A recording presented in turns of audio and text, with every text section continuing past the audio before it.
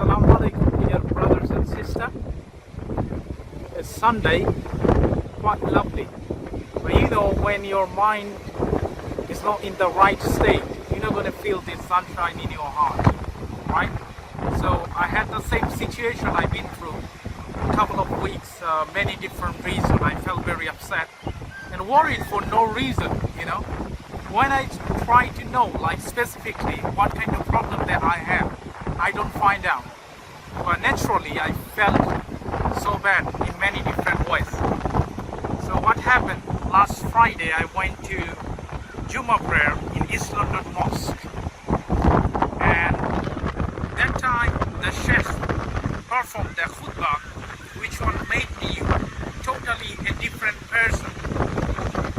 From his khutbah, what he explained about the current situation and circumstances that we've gone through because of the corona pandemic. A lot of people, they got financial issues, health, and many other issues, even the social relationship. So it was the first visit after the pandemic because I went to Far East Asia for a few months and I was stuck over there. So his statement did explain how we can overcome this situation. Example, he said there was a great, I believe he was the Sahabi, I mean the companion of Prophet. So our Prophet Muhammad sallallahu alaihi wasallam asked him, tell me three things that you love from this dunya, I mean from this world. So the great person, sorry I can't remember, you're going to listen to these boys anyways, coming soon. He's going to explain everything. So he said, I love three different things in this world, from this world. First, the hunger that I have. Second, the sickness. And the third and last one was the death. So our Prophet sallallahu alaihi wasallam was quite shocked and surprised. He asked him, everybody hates these three things or scared of these three things. Why you love those things? So we're gonna listen to this video and find out why he did say that. So let's start and listen to it. Finally, I feel you're gonna feel peace in your heart. And most of your problem, which one has no reason in the background, because this world is temporary anyway. And I feel you're gonna have the same feelings, exactly sunshine like this in your heart, and this spread out and wide like this ocean. So let's listen. Assalamu alaikum.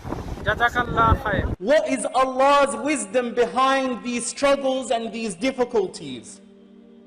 What is Allah's decree? What is His qada? What is His decree? And what is the end? What is the objective of Allah's decree? From our perspective, dear brothers and sisters, Allah's decree is divided into two kinds. That which is zahir, apparent, and manifest before our eyes, and that which is batin, that which is concealed and hidden from us. What we see is our experiences and the events and the incidents that occur in our life. This is the zahir, this is the apparent. And what is batin, what is hidden, is what we cannot see. Allah's decree that we cannot see, that we must accept and the believer must be pleased with. Why? Because there is only good associated with it for the believer. There is only good in Allah's decree for the believer. Everything we experience from the apparent decree, we make a judgment on. We decide whether it is good or bad. If it brings us happiness, we consider it good, khayr. And if it brings us sadness, we consider it evil. We consider it shar. We think of it as bad. But what is bad and what is good? Our power of comprehension is not absolute, it's limited. So we judge our experiences and events based on their opposites. We think something that is good, we may think something that is good to be evil, and we may think something that is evil to be good.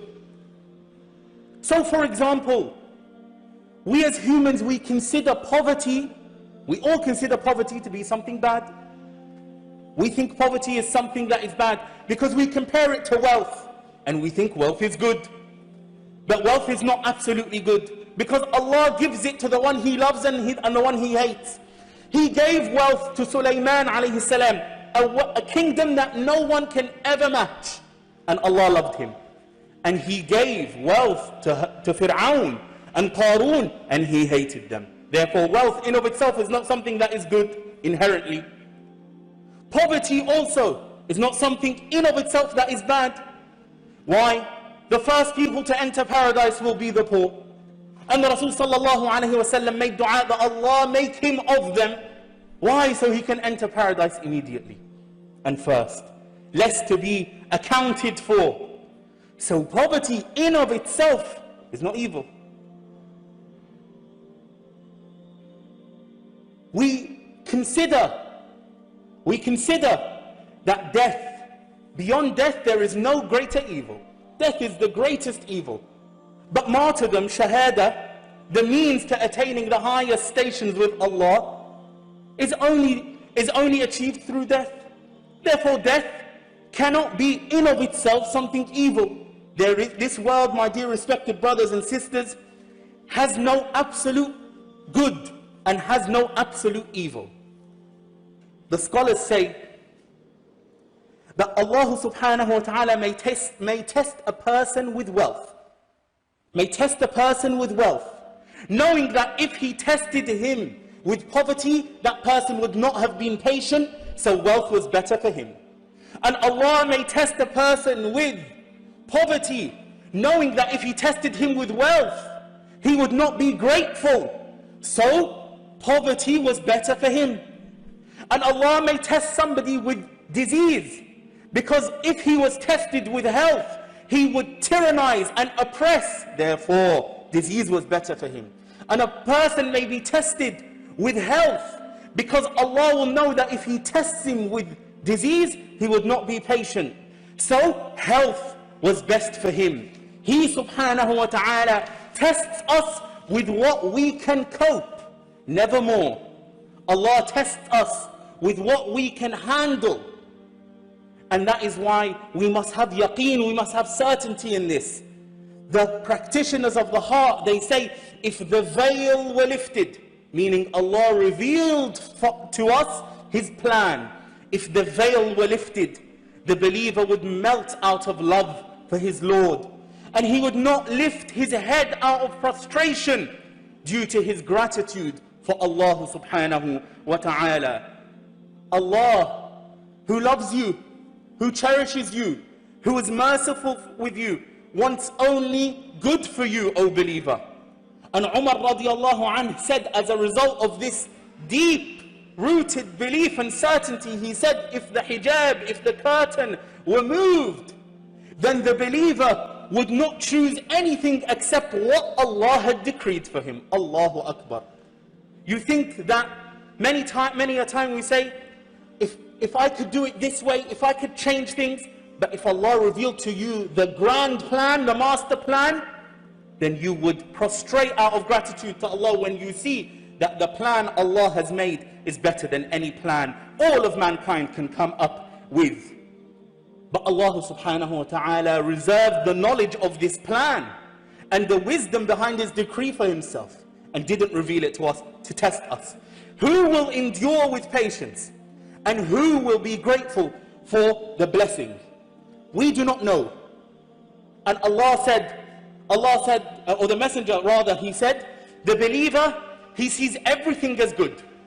He said, عَجَبًا لِأَمْرِ الْمُؤْمِنِ. Astonishing and amazing is the affair of the believer. If he experiences positivity and happiness, then he is grateful, and that is good for him. If he's afflicted with a calamity, with a difficulty, then he is patient, and that is best for him. Why? Because that believer, my dear respected brothers and sisters, he responds to these events in his life as though the veil has been lifted.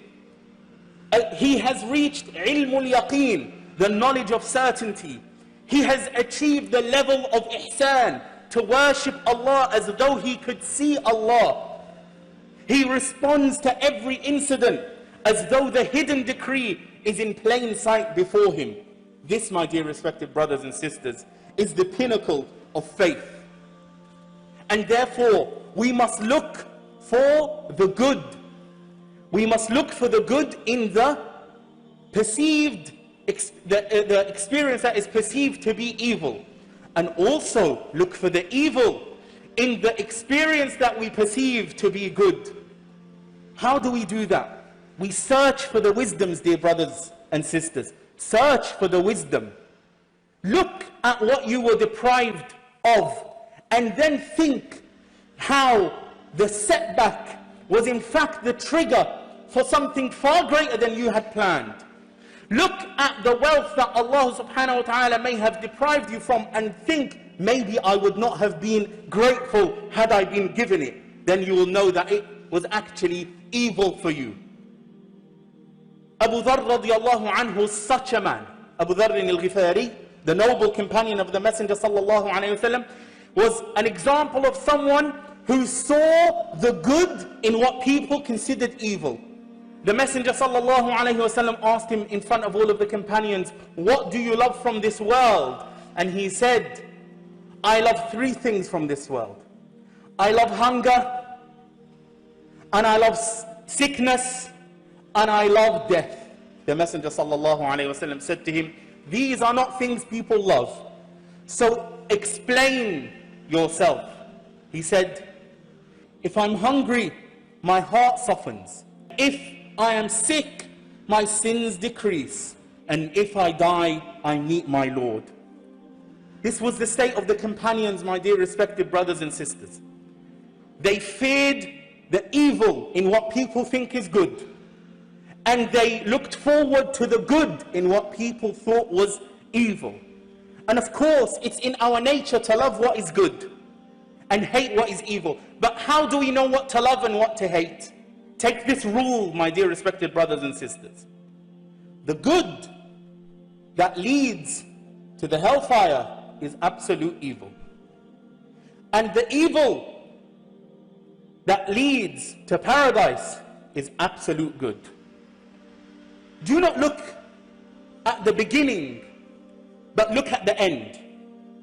Do not look at the start of the story, but look at how it concludes. The beginning is temporary, but the end is everlasting. So our judgment on the events we experience are not based on our current feeling, but rather what it leads to, and what it leads to is the standard, my dear respected brothers and sisters. Assalamu alaikum brothers and sisters. Hope this video was helpful for you. This may help others too, so please consider sharing, and we will bring more videos in the future inshallah. So consider subscribing and you won't miss any. Jazakallahu khairan.